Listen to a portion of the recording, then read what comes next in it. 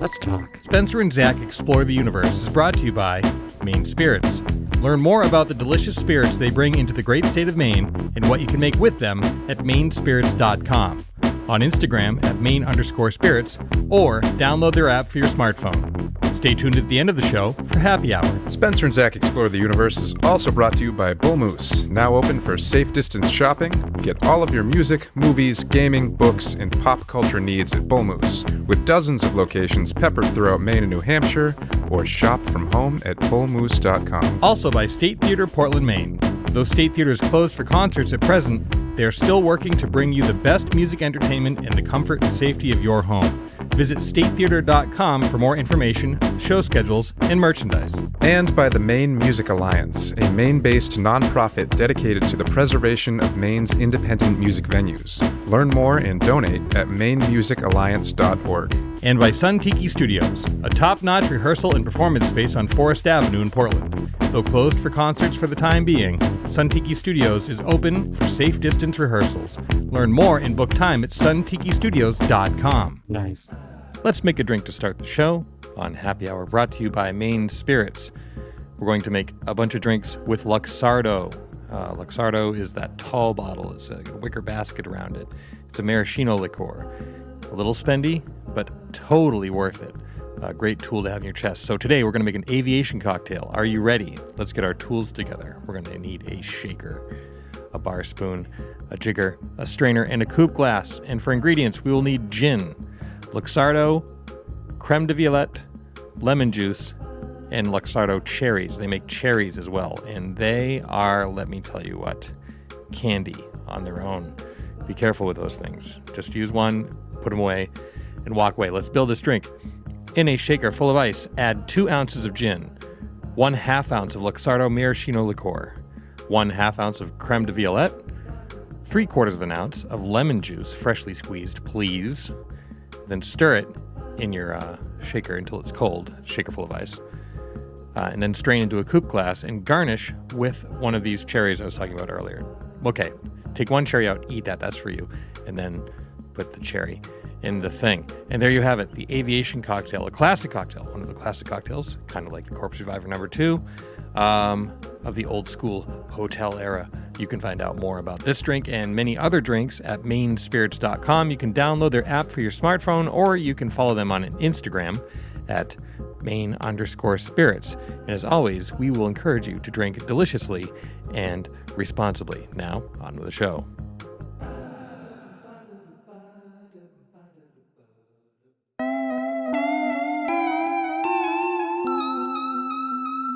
Our next guest, which is our first guest in a minute, right, ZJ? It's been a minute. Yep. COVID makes it hard to have guests because we can't have people in the same room. In fact, you and I aren't even in the same room. I just think of you as my guest every week, actually. That's kind of how I feel too. And then I have that to look forward to. I love recording the show with you. It's fun to talk about fun things with your bestie. So. But today we do have a guest, and if you don't mind, I'll go big on the intro, and then you can talk about the nuances, because this is a good get, by the way, Zach. Like, as far as guests are concerned. I pulled some strings. Talked to a guy who knew a guy who knew a guy. Reeled in a big fish on this one. Our next guest has played with some people. A multi-instrumentalist, primarily pedal steel on a lot of this stuff, but also a variety of stringed instruments. Has played with Bruce Springsteen, Weird Al, Hans Zimmer, which is amazing, Glen Campbell, amazing also, Leanne Rimes, Fastball, Elton John, Jewel, Dwight Yoakam, Elmo, and the Sesame Street Gang, and the reason that we reached out, Tom Petty, specifically on the Wildflowers album. Our guest this week is Zach's friend, and now my friend, Marty Rifkin. Oh, hey, Zach. Hey, Spencer. Thank you for joining us, Marty. Love being friends with both of you. Well, so you didn't know this, but we have a very stringent policy for how we approve guests for this show. And well, you know it now, but basically what we do is we look at the resume and see if it stacks up to what we've done, so they can stand on the same level as Spencer and myself. Your resume looked pretty good. So it stands up okay? You made it on that level. Oh, good. Yeah. Oh, And then the next thing we do is we do these what we call scheduling trials, where we say we're going to record at some time, but then we emergency say we can't do it that day. And we usually go through that about 3 times. And if somebody can make it through that, then we do a long form pre-interview. And then if they make it through that, they get to come on the show. And you made it through all the trials. So it's great, great to have you here finally. I'm very happy that I was able to get through and go through all the different tests and the. That's why we haven't had a guest in so long, actually. Yeah, that's right. Most the people process. don't make it through the trials. Well, they're welcome to contact me, and I'll give them, I'll tutor them so that they know how to get through. Yeah.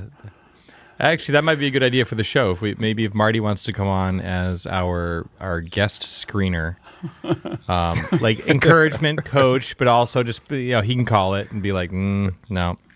Happy to. Thank you. Marty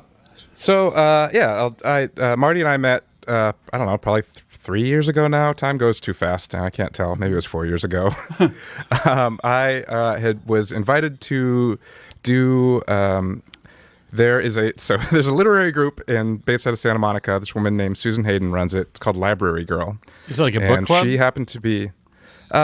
No, it's no, because it's comprised of artists. I mean, I guess it's like a book club. No, but that most was a of the people not have serious written question. famous I'm books. sorry. But a musical one. Yeah, she's I great. appreciate you sincerely answering my question, but I was. You're very nice. But she happened to do a show focusing on the works of Bruce Springsteen, and Bliss Bowen, who's another musician and a Los Angeles-based musician, had invited me to come play at that, and I came in right off a tour, didn't have time to go home, and turned out it was I had pretty small amount of information going into it, so I was surprised to walk in and be like, oh wow, this is I knew it was going to be legit, but there are people here who are personal friends with Bruce Springsteen, one of whom is Marty Rifkin. And I think Bliss played The Ghost of Tom Joad at that show, and you accompanied her on it. She's great. You were great. It was... thank you. The whole setup there was a great night. But I'm thrilled that I got to meet you that night because, I think Rod Melanson, whose album you've also played on, sure. And I had also toured with Rod. I think he had been talking about you. Maybe he had just done the session with you or something. So I knew going into that night that you were the guy who played on The Ghost of Tom Joad, but I didn't know you were going to be at the show, and so it was really a special thing to see you there playing it. Oh well, thanks. It was fun. It was great. Rod's great, too. We had a great session. Everybody's great. Yes. There's my answer. Everybody's great. Everybody's great. All right. That was a great interview. Right. We're done. The interview was great. And you're great. But yeah, you did, Spencer and I, when we did our Wildflowers show, we decided the day of that we were going to do that show. And I was sitting there listening to the record, and House in the Woods came on. And it occurred to me that you played on that record, and I was like, I wonder if Marty would be on our show. Mm-hmm. And I reached out to you, and you said yes. We had already cut that episode, but now we have you for this whole episode. So this is very exciting. This is great. We could have a little Wildflowers Part 2 episode sandwiched in between here. So that's right. Yeah, Part 2, but you also kick down some walls and are involved in a lot of great stuff. Speaking for myself, I mean, obviously, your lead star or whatever, you have your Paul McCartney, whoever you're listening to, you love them and you fall in love with their songs, but then you also fall in love with everything, like House in the Woods, for instance. I have a very distinct memory of that song, hearing it for the first time, sharing it with friends, and us just being like, "What is happening?" And just I don't know, the pull away drone shot of the car going down the highway, and all the teens with their arms out the window. And though you maybe Tom Petty got you in the door, but you end up really having a relationship with the whole track in a well-recorded song, right, or well-played song. And so, like, your parts in that song are I hear them right now, and I haven't even reviewed it after. Like Zach told me, it's like, yep, I know exactly the part. Like it's a very important part in the song, and it is, your involvement in it makes it decidedly more epic than anything else on the record. And I don't mean better, but just more. Like that song has a larger scope than a lot of the tunes on that record. I think that's a very intimate record. I was just going to say, well, thank you. Yeah, the record's very interesting. Thank you. I mean, I'm just happy to have been whatever little part it was on there. But it's kind of cool to, be amongst all that sound that comes out on that. Especially a song like that is pretty, it's pretty.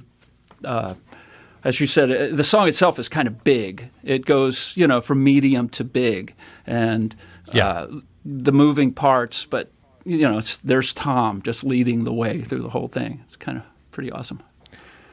Totally.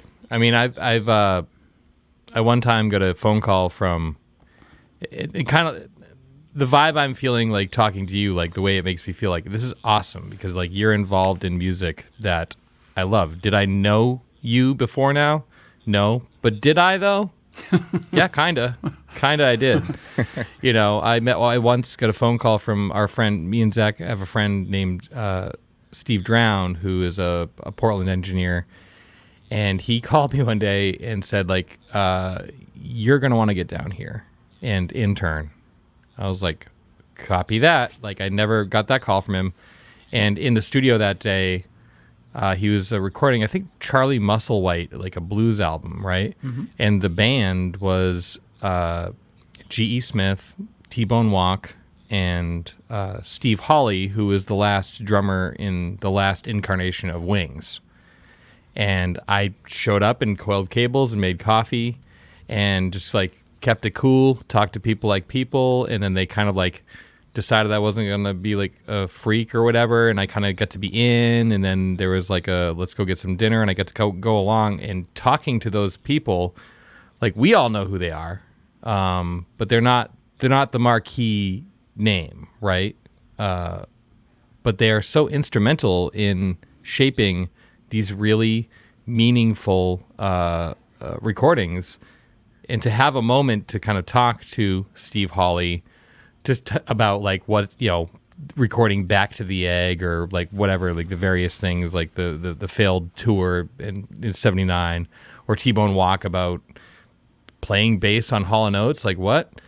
So to speak to you, Marty, also is just like, I don't know, it's just damn special. Like you're part of the picture, and I do appreciate you taking the time to be here. Oh, absolutely, my pleasure. When I was a kid growing up, musically, I would read liner notes. I mean, that was my whole thing. I wanted to know who the players were. I loved the artist, but, God, who played this? Who played, the guitar parts or the bass, and who was the drummer? And then I'd start following them and start listening to music that they played on to discover other artists. So, was there a moment when you realized that, oh, I have to play, and do you remember what that was, like who you were listening to, or what instrument was the first one that you were like, I got to grab that instrument because what this person's doing? No, I remember when I decided this was what I was going to do with my life. But when I first started playing, I had a friend, Cliff Perla, was in a band, with his brother and a drummer,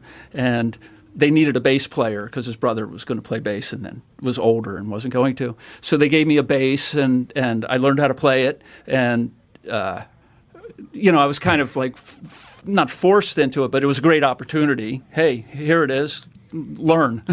And so I did that. You're just thrust into the role? Thrust into the role happily.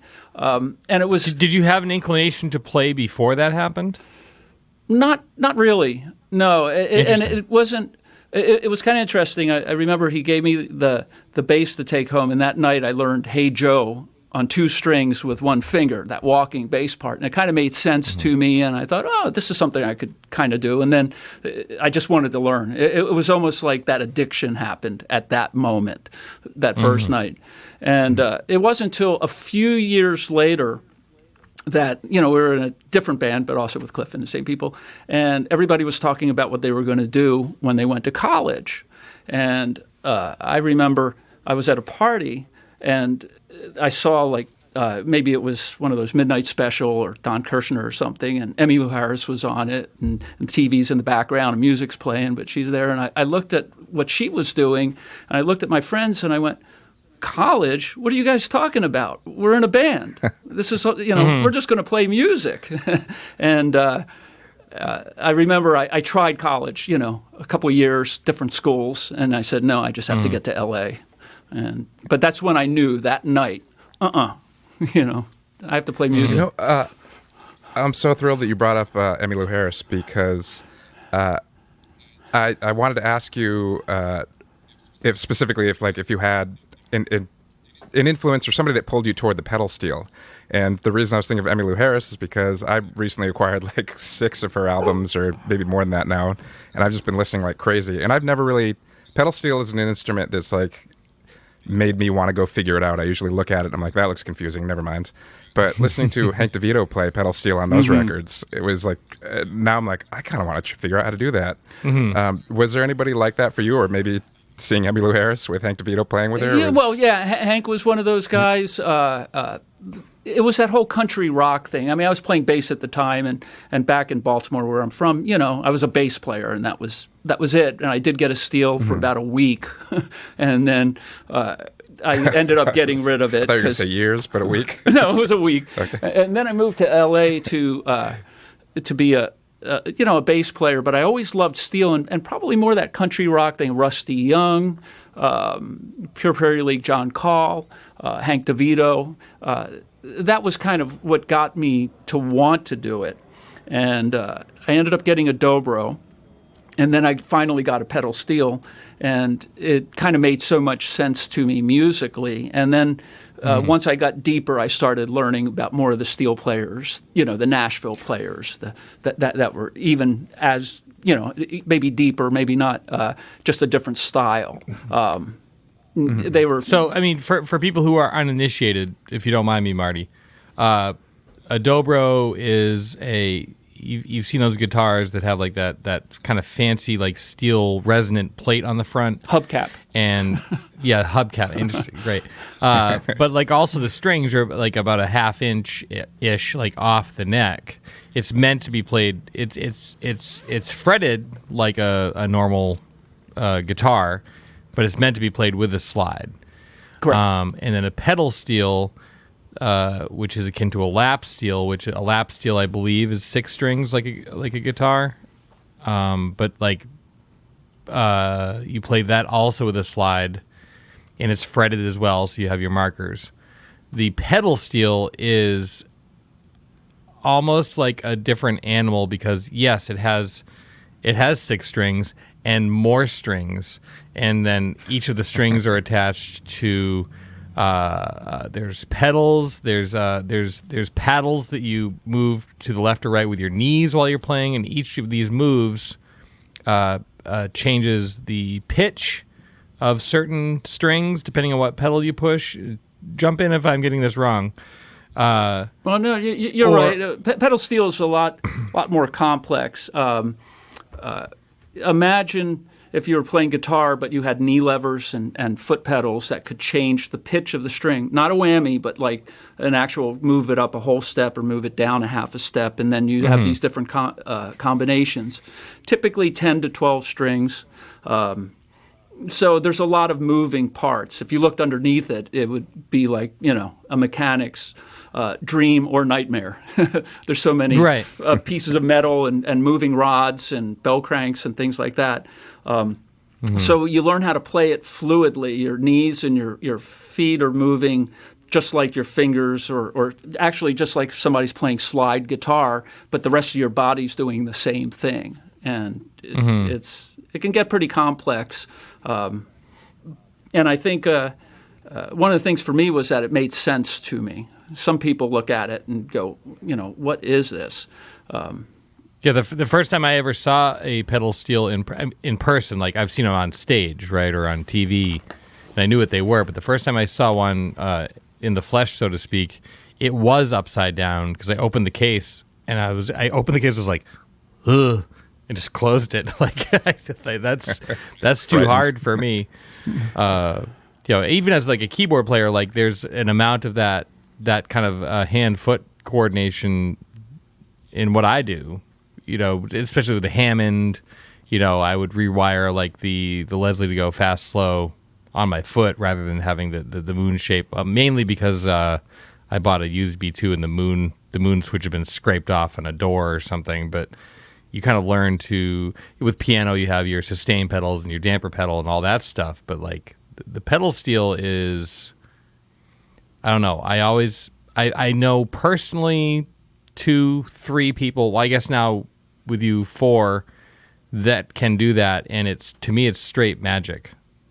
There's some kind of magic to it. We don't know as we play, But what I like is it's got a palette of sounds. I mean, a lot of the work I do is, it's obviously been known as a country instrument, but I work with a lot of non-country players and use it for completely different reasons. And it's just so much fun like that because you can ask it to do things that really no other instruments do. Mm-hmm. Yeah. So when you moved to Los Angeles and you started playing gigs, were you actively gigging only as a pedal steel player? Well, early on, it was kind of a boom town here for music. The whole urban cowboy thing had hit. I came here in the late 70s, and by about 80 or so, every place there were clubs. You play 5 hours a night. And I would play with a lot of different bands, and I was a utility player. I would play pedal steel, guitar, harmonica, sometimes banjo, and I even then ended up playing sax. And so a lot of the bands, they'd have to do kind of, between country and then rock and roll and then old rock and roll. And so I would just have this slew of instruments. How did you end up? I'm going to ask this question leading with a statement. My grandfather was a banjo player. He used to play with in the vaudeville days. He played with he ended up playing in the Tommy Dorsey big band, not on banjo but on saxophone and clarinet. I can't make that jump. I took clarinet lessons. It still kind of makes mostly no sense to me. Right. How did you make the jump from banjo to clarinet? I'm sorry, not clarinet, to saxophone? Yeah, and it was more steel. I mean, banjo was just a little bit here or there. The band needed it. Once again, that's how I got started even playing. The band needed a bass player, and so all of a sudden it's like, well, this would kind of be cool with the sax. And so, it's fun kind of learning embouchure, how to do it, and then learn the notes. And from there, I already knew how the notes work together. So, but I was more of that kind of heave and blow kind of guy, that kind of 50s hunkin' kind of stuff. Yakety sax? That style, yeah. Because the other stuff, if it wasn't that, I was playing a different instrument. So I didn't have to really learn the nuances of smooth jazz or things like that because I wasn't going to be doing that, But it was fun, so especially with a wireless, run through the club, chase the other players while you're, playing. It's kind of crazy. It's fun. What was like the road from, I guess, arriving in LA, late 70s, early 80s, from that up through all of a sudden it's the early 90s and Tom Petty's calling me for a session? What was sort of that evolution as how did you find or did you ever find this is my instrument, or were you always the utility guy? Because I feel like maybe you're how did you known go as from the pedal chasing steel your player bandmates around with a wireless saxophone to playing with Tom Petty? Right. Well, notice he didn't use me on sax, so I wasn't worried about that. No, I was primarily a steel player. At that point, these other instruments were for those moments, those kind of knockoff songs. And eventually I got to the point where, no, I just want to take this one instrument. This is all I'm going to take, or maybe two instruments. And now it's just one, unless it's, like with when we did the Seeger session tour, I played dobro, mandolin, and pedal steel. So sometimes and glockenspiel. So sometimes he's talking about the Bruce Springsteen, Pete Seeger sessions, not Bob Seger. Right? Not Bob Seger. Oh, thank you. Which would have been fun. But so I was mostly steel, I would say. And I played with a million bands through the '80s, 7 nights a week. Different bands, some bands for 3 nights, the other bands for 4 nights or whatever. And during the day I was working at McCabe's guitar shop and teaching and also, selling there. And so I was around music all the time. And by the 90s I had opened up my studio in early 90. I mean, I had been recording a bunch for people, a lot of demos for people. And then I opened up a studio in 93, which must have been just before the Wildflowers thing. And so I was playing much less at night. I think the only real gigs I was doing at that time were Tuesday nights at the Palomino with the Ronnie Mac Barn Dance. And so I was getting back so many different great artists every week. And the rest of the time I was in the studio. So what was the first session you played on? I mean, I'm sure you probably played on some sessions where that person became somebody that was known, but what was the first session that you got the call for where you were like, holy shit, honey, I'm going to go play with blank? I don't recall. They were always little not victories to me, but I would always be excited, even if it was something like a radio commercial, which would just be in and out in an hour and all. But the idea, like, wow, they wanted me to do this, so I would always be excited. I wish I could tell you what the first ones were. I kind of took a gazillion sessions, anything. We call them like the bedroom sessions, and now it's normal. But in the late 80s and early 90s, there wasn't a lot of that going on. And, things were mostly at regular studios. So anytime I got to go to a big studio, I would be excited. And then I gravitated. The other side of my brain besides playing would be the technical side. And so I always became kind of close with all the engineers, some great and successful engineers. Yeah, and we talk that language, and then there's the artist, so you speak the language of what the song needs, what the music, what they want from you, and then the other side of the brain is back to, what kind of compression is that kind of thing. Sure. How to play into it and how to deliver. Like I myself, like we, the band I was in before Zach and I met, we were recording at the power station in New York, which at that point was called Avatar, and Tony Visconti was our engineer, producer, but then I just befriended the staff there because, I don't know, like I've always been of the mind to be the first in the studio and the last out, right? Like walk out when they're shutting the lights off, because there's always something to learn from not only like the artists that you're playing with, but the people who are capturing it, and just like the whole etiquette of the whole thing. Like I feel like personally I viewed that as, whereas I'm not going to go to college, I, like you, dipped my toes in the water, was like, nah. And I viewed this as like being my education, right? Sure. And so like learning from the engineers, you can learn how to not only play to please the fellow players, the producer, but also, like you said, like what's the compression we're using? Like why would you play in a certain way, and what would the result be? And you just get better all around, I feel like. Yeah, well, yeah, and you have something to talk to them about. It's just like being on tour. I love the crew. I would thank the crew every night that we were done. They're working hard, and they're another aspect of it. And if you go to do a session, you're dealing with the producer, you're dealing with the artist, but also the engineer. And sometimes, the conversation isn't necessarily with them. as far as the other musicians, it's just the producer with them, asking for this or for that. So getting to know them was kind of awesome. We're going to spend 8 hours together or however long the session was. And so for me, it was just so much fun like that. And once I had my studio, then, of course, picking their brains was the best education, just like getting to play 5 hours a night was great education. Right. I mean, I've always felt like, and you strike me as someone who will feel the same way, that when you're in a recording session, everyone in the room is as important as everyone else in the room. Oh, yeah. Yeah. Well, absolutely. Even the seconds, somebody who's just moving microphones around for the engineer. I mean, they're there. Sure. That's their day. They're part of this whole thing. So, and they're trying to help. They're trying to help. Yeah, absolutely. Yeah. So, and, we have a lot of laughs too. Totally. Yeah.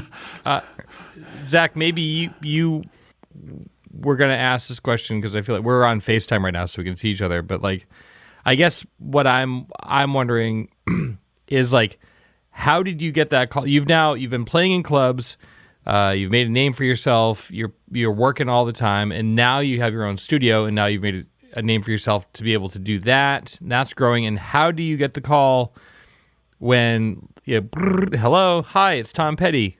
Want to do a thing? I know he didn't maybe call you, but how did you get that call? I'm not sure why or how. It might have been a contractor that called. That they, his people. I don't know. I wish I could remember because at the time I must have known it was for him, but it was probably more of a last minute thing. And to me, it's just to me, it's just put my nose down and go and do the thing. So I wish I could remember. I remember a lot of the session vividly, but I don't remember the call. I mean, I guess I wasn't asking you specifically what was that call like, but it would seem as though you got the call, be it last minute or not, because you had made a name for yourself to be a cool person to work with who does a good job, and somebody said you should call Marty Rifkin. I don't know. That would be great if they said, "Oh, here's a cool guy," But I don't know. I guess whoever did knew that I would represent them. Or whoever recommended me, I would represent, unless they just heard something I played on. And, you just go in and you do it. I've always kind of been rather fearless as far as playing. So when I went in, I know I wasn't nervous at all. And it was at Mike Campbell's house. So maybe it would have been different in a different studio. I don't know. And it was him and Rick Rubin and Tom. And I just felt comfortable. It was kind of almost zen, where it was just fine, not, what do I need to do? How am I going to do this? And it was just more like, okay, right. And it wasn't that, there was nothing kind of cocky about it at all, because I never was that way. I just kind of felt like, well, this is okay. What's the worst that can happen? They won't use it. I don't know. Right. Right. Had you been a fan of Tom Petty's music prior to that? And while you were at that session, did you get any sense that you were about to play on one of the best albums ever recorded? That's a good question. That's a great question. No, I think I was a peripheral fan. I knew the songs that he had out then. I was so busy, to be honest with you. I was so busy working during the day and playing at night and everything, and then working at my place, that I didn't spend a lot of time listening to a lot of new music that I didn't have to listen to for what I was working on. And so I always knew him, but I didn't know the details of him. I didn't know Rick Rubin's background before then, and then I found out afterwards, and it made sense to me because he was so great to work with.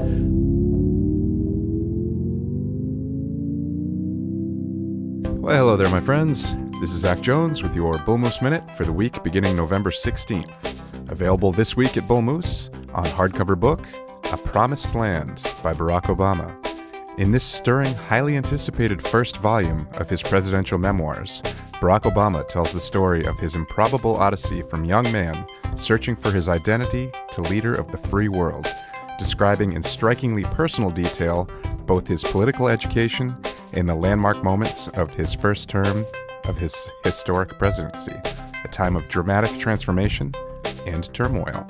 Reflecting on the presidency, he offers a unique and thoughtful exploration of both the awesome reach and the limits of presidential power, as well as the singular insights into the dynamics of U.S. partisan politics and international diplomacy.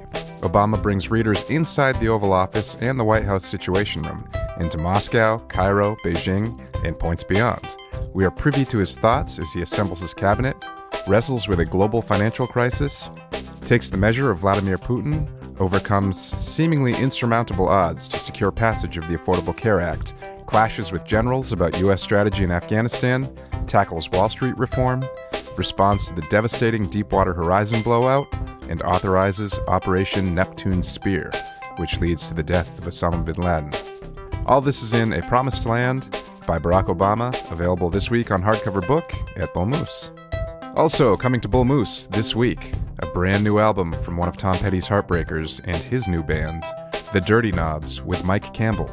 The Dirty Knobs have a new record called Reckless Abandon. It's going to be available at Bull Moose on LP and CD.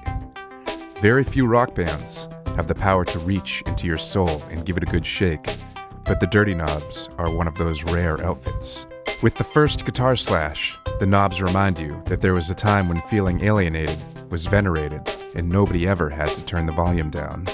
Mike Campbell was Tom Petty's right-hand man, and he's a hell of a guitar player, so I look forward to hearing what he and the Dirty Knobs have to say on their new album, Reckless Abandon, on LP and CD at Bull Moose this week. Bull Moose are your purveyors of all things excellent: your music, your LPs, your CDs, your movies, your DVDs, your Blu-rays, your video games, your posters.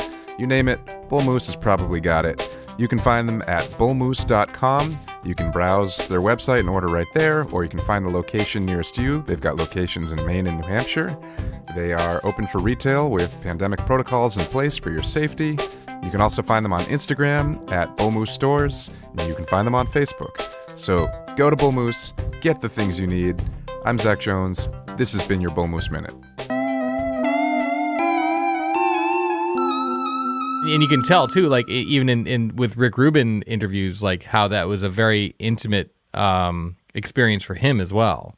Oh yeah, you could tell he was deep in with it. I always tell the story of there was a part in the song, like once I learned it, where I said something to him kind of technically about the musical side of it. He goes, He goes, first part of the song, play down there, and he pointed to the low end of the steel. He goes, when it gets exciting, go up.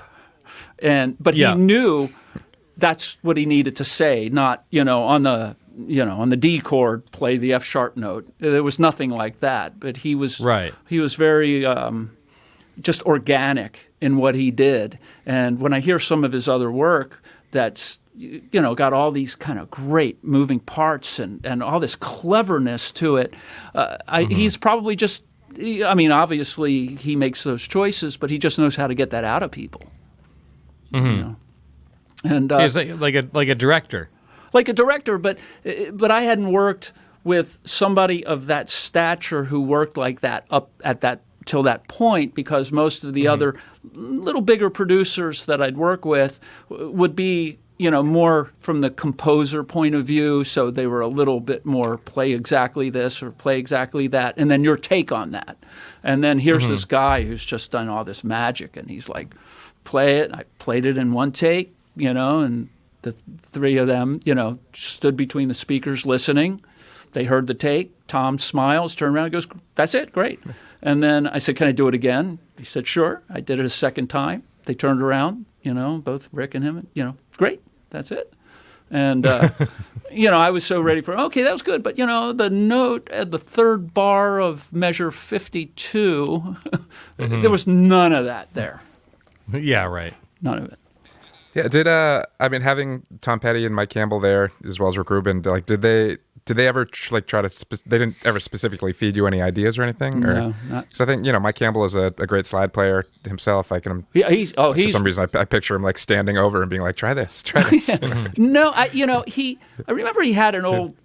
Well, he might have had one, or he talked about it. A steel. He was one of those guitar players who probably had a steel and then said, no, I'm going to stick with guitar for now, because he's so brilliant at what he comes up with. And he comes up with those parts that I think one of the things I'm able to do is to play kind of fluidly. It's not just staggered licks or things like that. And House in the Woods, certainly, you see it's got that flow to it. It's chord to chord to chord to chord to chord.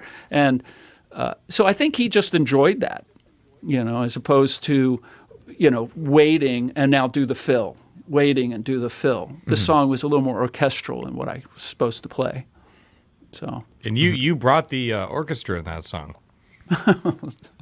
Well, right? Because otherwise, you have amazing drums by Steve Ferroni.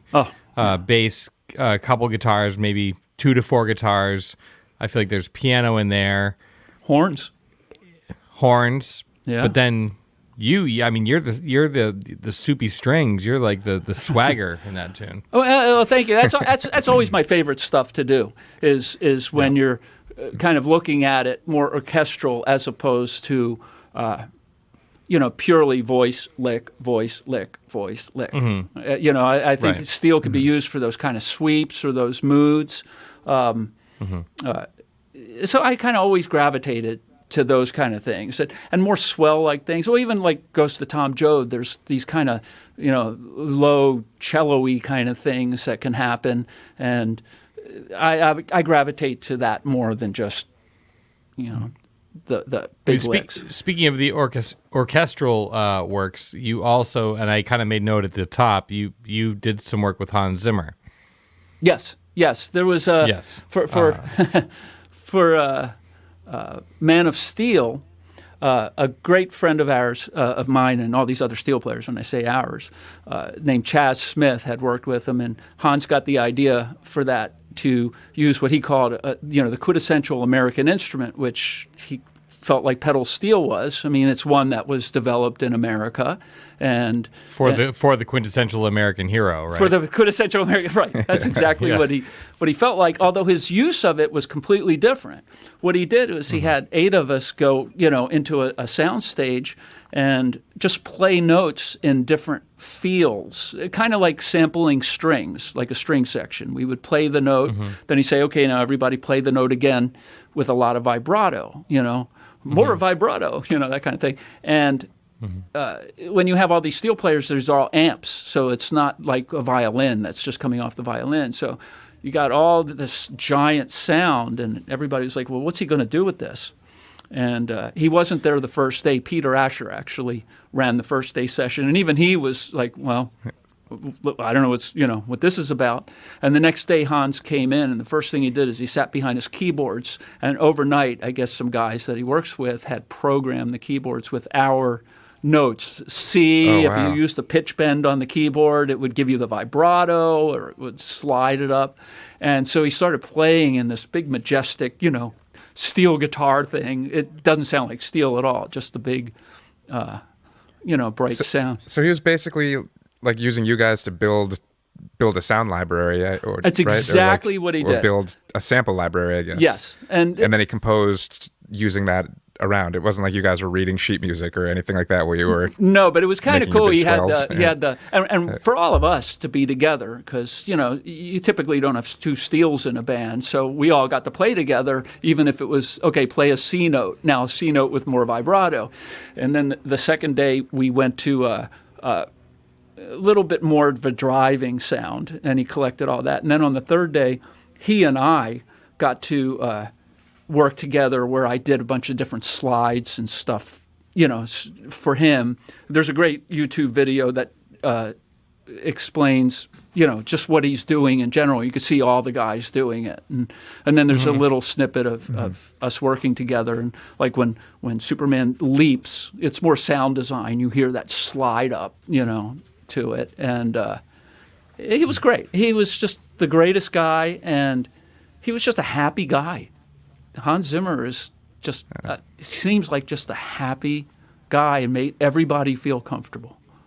Because he got it made in the shade. He's he's doing it right, living the life. He's making. There's a lot. He's calling you and 5 friends to like make notes to build a sound library. Right. I mean, as like a nerd person myself, that sounds like Today was a good day at work. A day in the life. A day in the life. Yeah, he did that with right? drummers too. All these great drummers, and he collected that for that. There's another YouTube video of that, and it's just, I think for him, just knowing where the sound came from probably motivated him into what he was going to do. There's obviously still violins. You know, some of us go, can we hear what it's doing? Go here, but you can hear it certainly, in certain moments where it's. And it was great for us because he was the perfect excuse for all of us to sit in a room together for 3 days and have a great time and talk, gearhead talk about the instrument, as you can imagine. Any people who play the same instruments yakking away about You're like the bee girl at the end of the No Rain video by Blind Melon, where you finally you're with your people. Exactly. Right. So now we get to Zoom with each other, which is nice. But short of that, we were never all together at the same time. Right. You have like Wednesday night Steel Club or something? Well, we actually do that a couple times a month, That's great. So, a couple months, once every couple of months or so, and it's fun. So I wanted to take you back in time a little bit, I guess. Back in time. I'm obviously back in time. I'm obviously a huge Bruce Springsteen fan, and you are very closely associated with Bruce Springsteen. I think I can accurately say that you've played on all of the non-E Street Band albums, except I can't remember if you said you did play on the Seeger Sessions, not the album, but the live album, and then some of the bonus tracks on the American Land one. Yeah, I wasn't on the original one. Yeah. But I was on the other one. But the original one I listened to all the time. Yeah, we added a couple of songs to it, and he re-released it, which is, only Bruce could do something like that. It's so great. But so Ghost of Tom Joad was your first time working with him. How did that come about? And was that like directly? I mean, was it basically like once you were through the door with Tom Petty, all of a sudden now Bruce Springsteen's calling you too, or did that have nothing to do with? Once again, I'm not exactly sure. I know I was supposed to go to Bruce's for a 3-hour session, and it turned out to be weeks and weeks. It's like, let's play again at night. We did a thing where during the day we would play these kind of fun tunes. A lot of songs. We play these fun songs, and then at night, after dinner, he would light candles all around the room because there was no regular light where we played, and. Imagine candles on those big wrought iron candle holders of different heights, different size candles.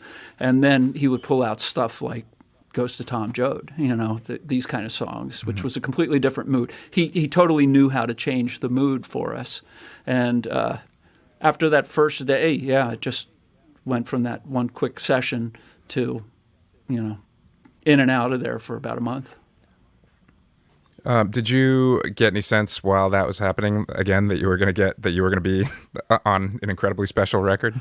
Well, it felt special to me. I had no idea what the record would be, and I think people typically don't know what Bruce has up his sleeve. He's so prolific, and he has so many different things going on. So I didn't know, to be honest with you. I didn't know where it was going to go. That was kind of I guess like everything he does, really brave move to, after, I think that followed up like the Lucky Town and Human Touch. Like, I think Ghost of Tom Joad was the first thing he did after that. But to go like really like kind of, acoustic, intimate, and kind of dark. I think thematically he was touching on a lot of things that people were not ready to hear back then. I mean, as far as like the American poverty and stuff like that, especially in the middle of like the commercial it holds up material, today. Mid-90s. Everything holds up today. I think it's stronger than ever today. Do. Oh, yeah. I think at the time, and once again, my role is to hear what he's saying and kind of answer it, because it was such a small group of what it was. It was, a drums, bass, Danny, Federici and me, and then Bruce. So, it was really kind of my role to listen to what he has to say and then find little moments, just like it's Danny's role to, hold those pads and give you that sense of imposing, just the aura of the whole thing.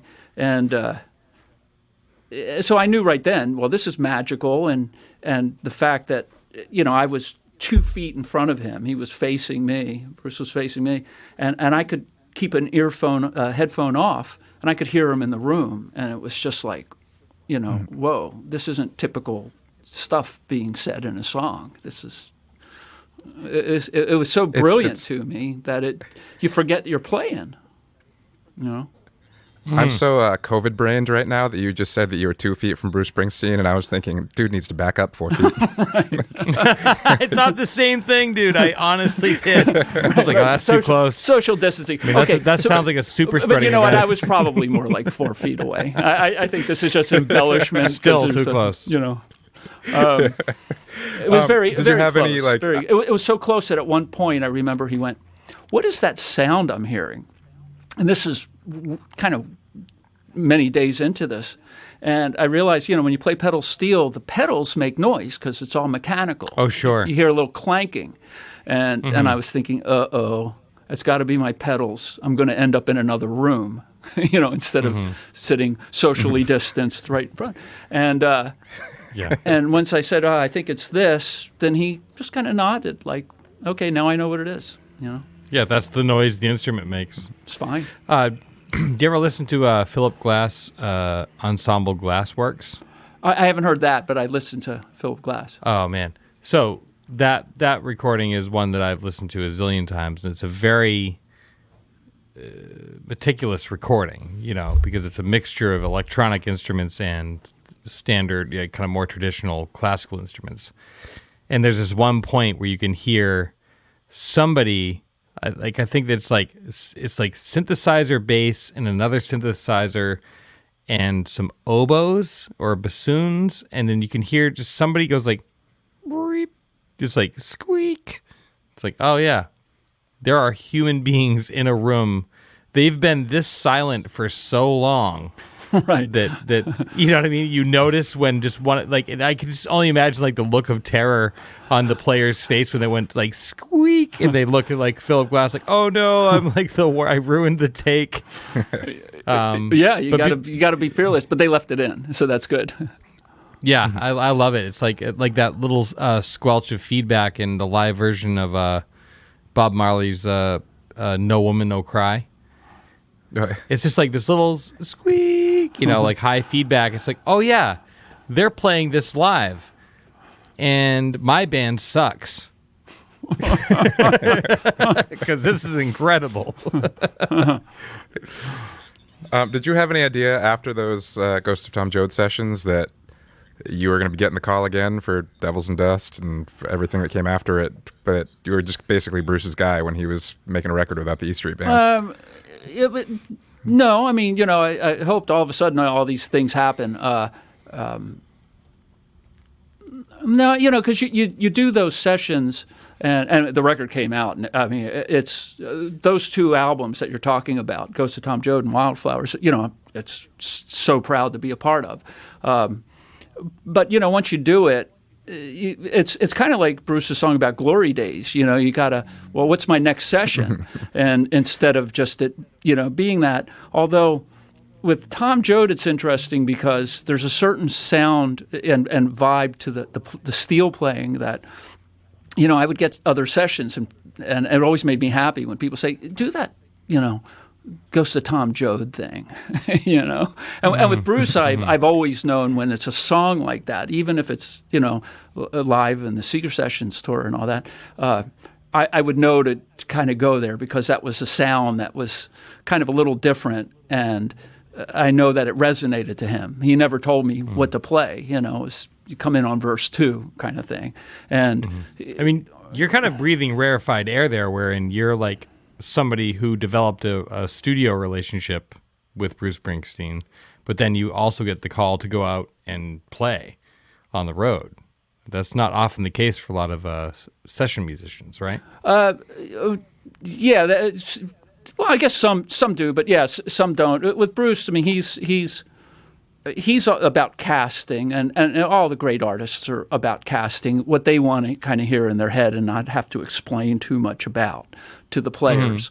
And so, fortunately, he knew what I did. I kind of knew his sensibility, and even though when we went on tour, the music, was completely different. It was this joyful, thing. The Seeger Sessions stuff was just this massive a celebration. Even when it was a dark, serious song, you could just tell, what was underneath it. And he didn't have to explain that to me, and he probably does that with certain other players. Certainly with the E Street guys, he doesn't have to do much explaining. He knows what they're going to all bring. That was one thing I noticed on the Jode album, like working on it for a while there. Gary Talent played bass on it, and Gary just has this unique sense of when Bruce wants the chord pushed or not pushed. Gary just does it, and there's like no conversation. He just knows to do it. So, I'm sorry about that. Everything's rattling here. That's all right. And so it's always been an honor. Exactly, here in LA. So it's always been kind of like an honor that he knows, what I did, and when he has me do something, to be a part of that. It's not. I'm used to it, but it's casual, but it's not casual. That he wants that. If that's any way to explain it. Well, if he's casted the movie correctly, he doesn't need to micromanage the players, right? Right. It's exactly right. And with like the Seeger Sessions was kind of great because every night at sound check he would pull out a song and we would do it completely differently than the original. And he would sing a line to the horn players, and they just knew how to break into their harmony, because it's not like they're all playing in unison. And he trusted them. He kind of trusts everybody he works with to do it. And like I said, the most, almost the most I ever heard was come in here and or take it, you do the solo, as opposed to, these are all the notes, unless it's a line that the horns, we all were going to double. So, yeah, he's about a lot of the great ones. That's how Petty seemed to be. It was casting. And it's kind of great like that. So I think a lot of session players, that's how they end up working. Somebody says, hey, we want that sound, or that guy's thoughts about the sound on the record. I've never met Tom Petty or Bruce Springsteen, but my takeaway is that they both just seem like really good people. Yes. I don't know Tom that well, but I always say about Bruce, he's the guy you want him to be.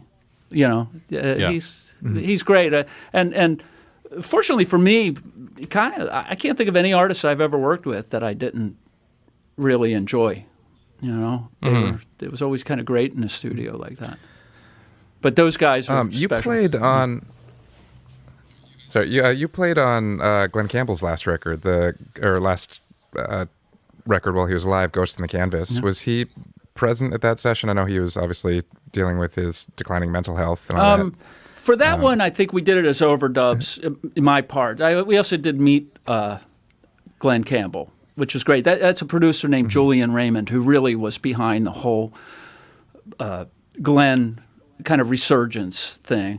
And so I got to spend some time with Glen. He was already going through that. That's when they were going to let everybody know what was going on with him, that he was going through this. And it was really funny for me because he there was confusion and certain things like that. As soon as the song started, though, he was brilliant. It was this muscle memory that was just so great. But when he'd see me, he'd always go, hey, you know who Curly Chalker is? And he was a famous Nashville guy from Hee Haw, who's a brilliant player. I guess Glenn had played with him many years ago. And I said, oh, yeah, I know curly chakras. And he would talk about it, a little bit. And then, he would ask me almost every time, but you could see this little light that lit up. And so that's when I realized he could remember that stuff. So I remember asking him about the session for Good Vibrations.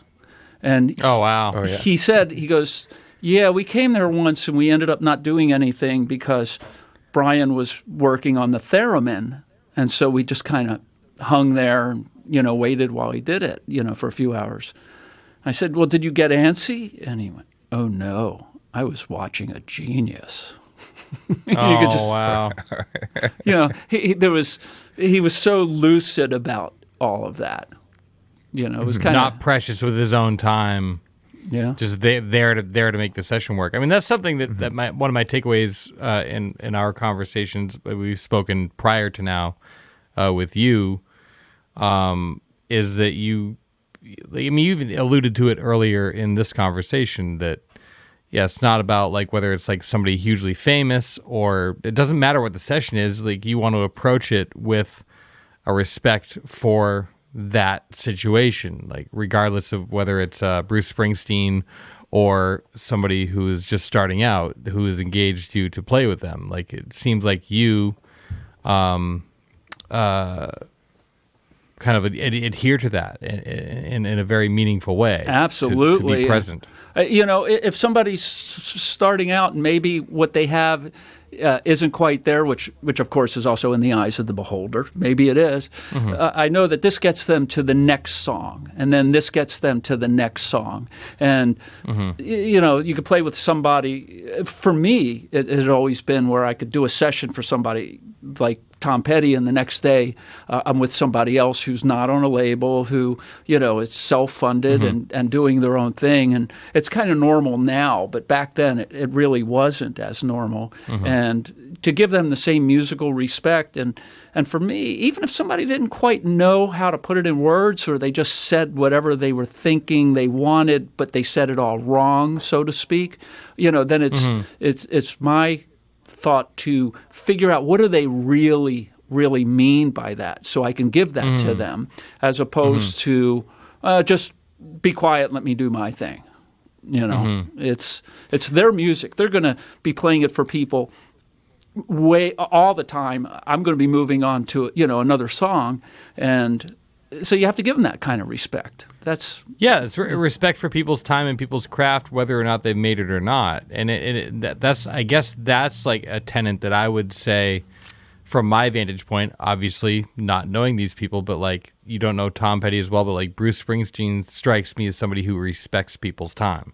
Oh, he totally does. There was a time where when we were working, I said to him, he said something about, okay, you guys can come back tomorrow. And I said, I have to just get out of this session I have booked with somebody. He goes, well, no, let's wait a day then. And, he was just totally cool. Like, well, that's their time. It's okay. We're not under a deadline, or whatever his thought process was. It was just that casual and that simple of, okay, well, let's just skip a day. And so he made room. He made room for somebody he'd never met out of just respect that they were expecting to make music that day. Yeah, I think he would never remember or anything like that, But for me, I still remember it because I was straddling that thing of working with somebody, and I've always kind of liked that. I remember somebody said to me once, "Oh, you're so patient with some of these people." I'm like, well, yeah, thank you. That's nice. I started sometime. I couldn't do what I ended up being able to do when I first started. Right. So it's almost like nowadays mentoring is an okay thing to do. And then obviously it was, but for so many people, and I had different people in every day at my place because I was, knocking out a lot of these kind of demos that were being sent back east. And it was, everybody from Smokey Robinson and Rita Coolidge to somebody who wrote their first song. And that's all the same to me, It's how do you make that work? Just do a good job. Yeah, and it changes. Right? It changes their life. Everybody, mine. I learn something new every day. There's a technique. There's a musical thing. Sometimes people that don't know do something that you would have never thought of doing. And then you think, well, how do I make this work musically? And you end up in this other place that neither of you even ever thought could happen. And it expands you. I think that's how the Beatles created their whole sound, was not knowing what they were doing. That's right. Probably. And Bowie even said, like, he got they were given a new, like, Moog or something. Like, yeah, we get the new synthesizer, open up the box, threw out the manual. Right. And then had at it. Well, exactly, as opposed to, well, this is how every other song is written. You have to do it exactly like every other song or every other sound. And, I always felt like that. That's just how I was. And, I've been on sessions. I mean, it's a tough business sometimes because some people get jaded. Some people are upset, where they haven't quite gotten to where they want to be. And so they might take it out on the artist that they're working for because they just want to be the artist or whatever. And to me, it's like, instead, show them the respect and show them that there is a safe haven, that there are some people who aren't going to bully you musically and, or talk down like, well, you don't know what's, Yeah, that C chord, you shouldn't have that extra note in there. Sometimes, I've been a recipient of some of that kind of that jaded vitriol, and it's just like it's a shitty feeling. Yeah, it's just bad vibes. Bad vibes. I always have this kind of we have a great heated argument. It's not an argument. I shouldn't use that word. Conversation with my sons, and they're musical and all, and where I say, I don't think all music sucks. They might go, well, that sucks. And I say, no, somebody likes it. Not you, not me. Yeah. I'm sure that they didn't listen between the speakers and go, this is the worst thing I ever heard. Print it. Somebody likes it. So we have a lot of fun with that. But I'm just like not one to go, oh, that stinks. I just go, it doesn't resonate with me. Yep. Everything's for somebody, right? I guess, yeah. And then, of course, with music, it's so much more than like technical skill. It's like, how does it emotionally resonate with you? How does the energy, like technically, like we should look at the Ramones and be like, they suck, but we don't, because it's awesome. It is awesome. What makes it awesome? Well, I don't know. What's that thing? I hope I remember this right. There are some bands that can play loose great or loosely great, and then there's other bands that just can't play tight. Yeah. The Stones are loose, and then there's other bands that'll try to play the Stones that just aren't tight. Yeah. There was a great Keith Richards thing. I think it was actually in the Martin Scorsese Shine a Light thing. They kind of intersperse it with archival interview footage, and there's a shot of Keith Richards, and the interviewer's asking him, who's a better guitar player, you or Ron Wood? And he's just like, honestly, we're both terrible.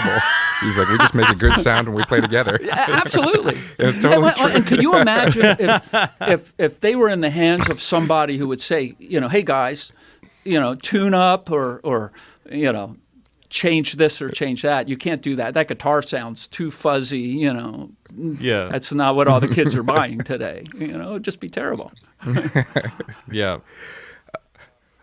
Before we let you go, and I promise we will at some point, I wanted to ask you a little bit about your experience working with Weird Al, because he's one of my childhood heroes who then I kind of wrote off when I thought of myself as like, I'm a serious musician now, I can't listen to Weird Al. And then, like everybody does, came back around and I was like, oh, this guy's a genius on every level, lyrically, musically. But I found myself watching behind-the-scenes footage of Weird Al in the studio one night, and I don't know why. I should have just suspected that this was the case, but I was so impressed at just how in control of everything he was. Like, he had the complete sound in his head, and he was very serious about, like, even though he's doing funny parody songs or in the style parodies, he's still very serious about, like, how he's coaxing these performances out of the players, and or at least that's how it was presented in the video. Like, what was your experience working with Weird Al like? He was amazing. He is one of the most musical guys I ever met. He's really deep musically. I remember the first time I worked with him, it was on Running with Scissors, and when we were working together, he knew every note of everything going on. And I did a whole bunch of different choices. And I even said to him, you're going to have to comp a lot of stuff, right? Because he's going to have to pick and choose. And he just looked at me. His legs were crossed. I remember his legs were crossed sitting on the chair, the kind of yoga style. Mm-hmm. And he just went, oh, I love it. He goes, I love that.